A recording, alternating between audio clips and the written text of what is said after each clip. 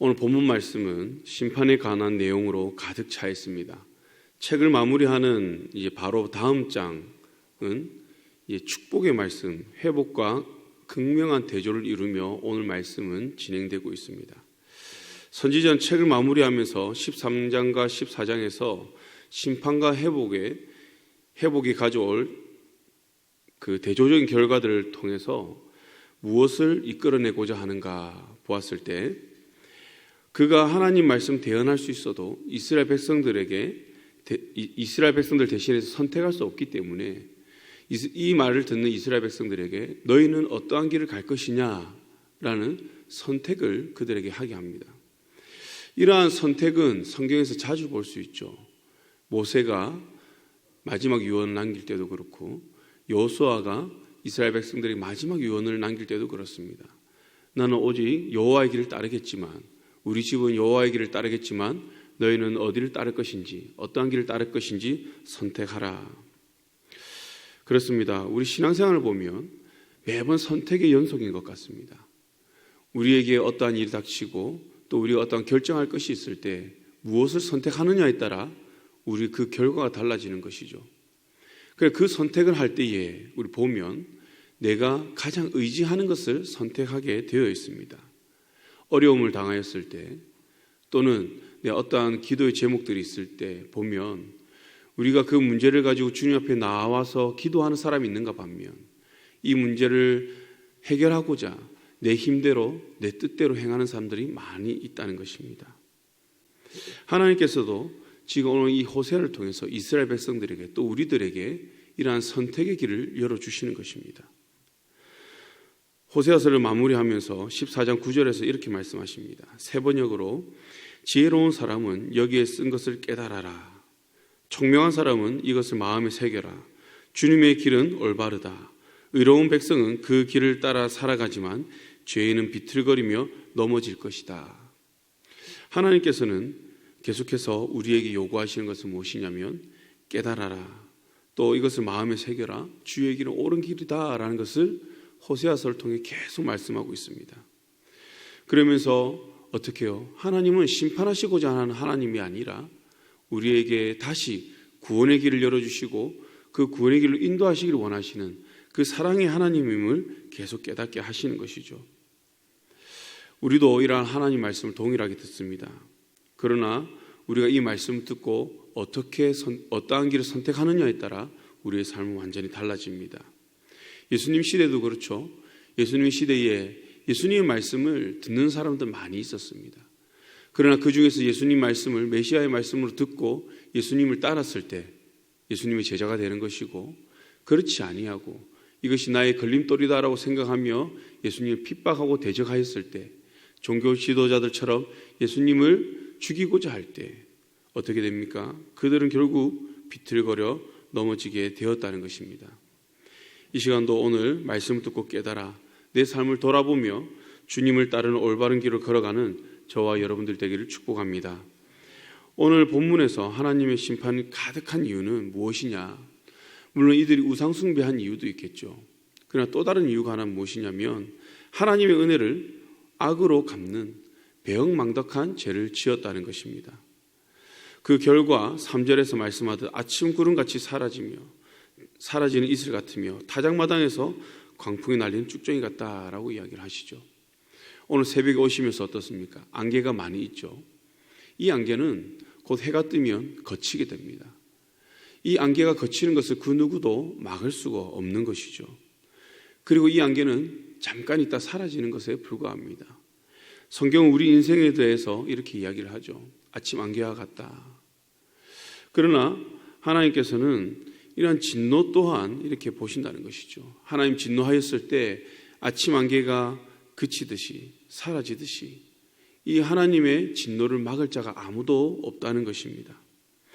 광풍이 날린 쭉정이 같이 우리가 광풍을 막을 수 있겠습니까? 하나님의 결정하신 진노는 아무도 막을 수가 없다는 것입니다. 하나님께서는요, 애굽 땅에서부터 이들을 택하시고 이들에게 은혜를 주셨습니다.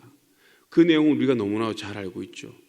그런데 이들은 자신들을 구원해 주신 하나님의 은혜를 저버리고 이방신들을 섬깁니다.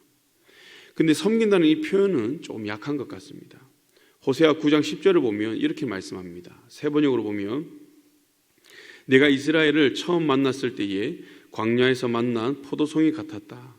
내가 너희 조상을 처음 보았을 때에 제철에 막 익은 무화과의 첫 열매를 보는 듯 하였다. 그러나 바알보올에 이르자 그들은 거기에서 그 부끄러운 우상에게 몸을 바치고 우상을 좋아하다가 우상처럼 추악해지고 말았다. 이스라엘 백성들이 어떻게 했다고 합니까?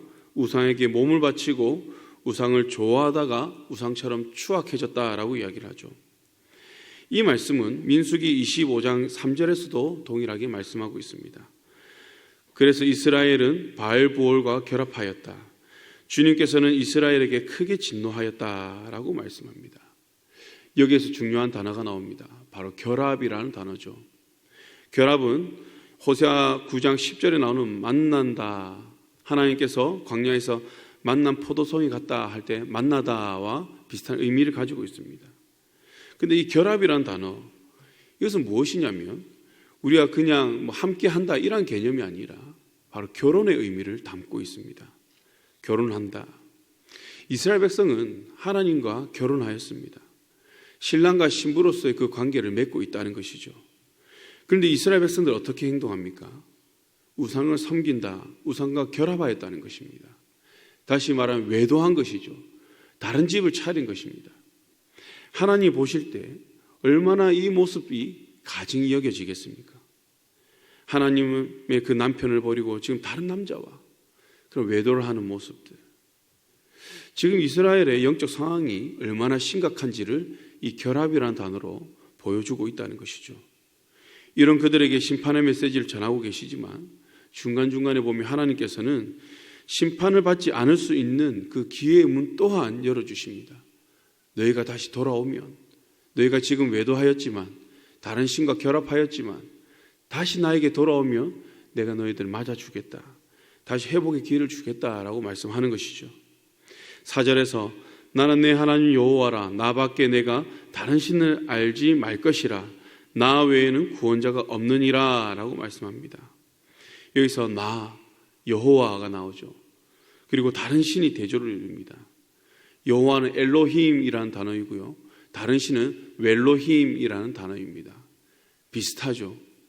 좀 이게 발음하는 게 비슷한데 이것을 통해서 우리가 알 수 있는 것이 무엇이냐면 엘로힘은 바로 구원을 주시는 유일한 하나님을 의미합니다. 그러나 웰로힘은 무엇이냐면 생명도 없고 능력도 없고 인격도 없는 사람이 만든 형상을 뜻하는 것입니다. 이 시대도 보면 우리가 엘로힘, 하나님을 섬기는 모습을 하고 있지만 때로는 우리가 웰로힘, 아무 힘이 없고 능력도 없고 생명도 없고 인격도 없는 그러한 것을 붙들고 우리가 전전긍긍하며 살아가는 우리 인생의 모습이 있다는 것이죠. 하나님께서는 이것을 어떻게 하라고 합니까? 알지 말라고 합니다. 알지 말라. 이 알지 말라고 하는 것은 로테다으라는 단어인데요. 그래서 로라는 이 단어는 히브리어에서 가장 부정적인 단어입니다. 강한 부정을 의미할 때 쓰는 단어라는 것이죠. 그러니까 하나님께서는 지금 단순히 그냥 알지 말라는 것이 아니라 강력하게 부정하면서 미완료 시제로서 이걸 끝내는데 절대적으로 영속적으로 너희는 이것을 알지 말라라고 이야기를 합니다. 알아서도 안 된다라는 것이죠. 사랑하는 광야의 성도 여러분, 이 시대에도 하나님께서는 동일하게 말씀하고 있습니다. 다른 신은 알지 말라. 그럼 우리는 무엇을 알아야 되겠습니까? 호세아 6장 3절에 우리 여호와를 알되 어떻게 해요? 힘써 여호와를 알아야 할 줄 믿습니다. 이렇게 우리가 여호와만 알 때에 우리가 왜 여호와를 알아야 되느냐? 여호와에게 우리의 생명의 근원이 있기 때문에, 우리 인생의 근원이 여호와로부터 나오기 때문입니다. 그 어떠한 것도 우리에게 생명을 줄 수 없고 우리 인생의 문제를 해결할 수 없다는 것이죠. 그렇기 때문에 우리는 생명의 근원, 이 생명의 근원 오직 예수 그리스도의 뿐임을 믿으시기를 바랍니다. 지금도 우리에게 말씀을 통해서 이를 듣고 돌이키기를 촉구하고 계십니다. 이 세대를 본받지 말고 생명의 근원인 주 예수를 믿으라라고 주님께서는 강구하고 있습니다. 이 말씀 듣고 깨달아 마음에 새겨서 우리는 주님의 길, 올바른 길, 의로운 백성의 길을 따라 살아가는 저와 여러분들이 되기를 주님의 이름으로 축복합니다.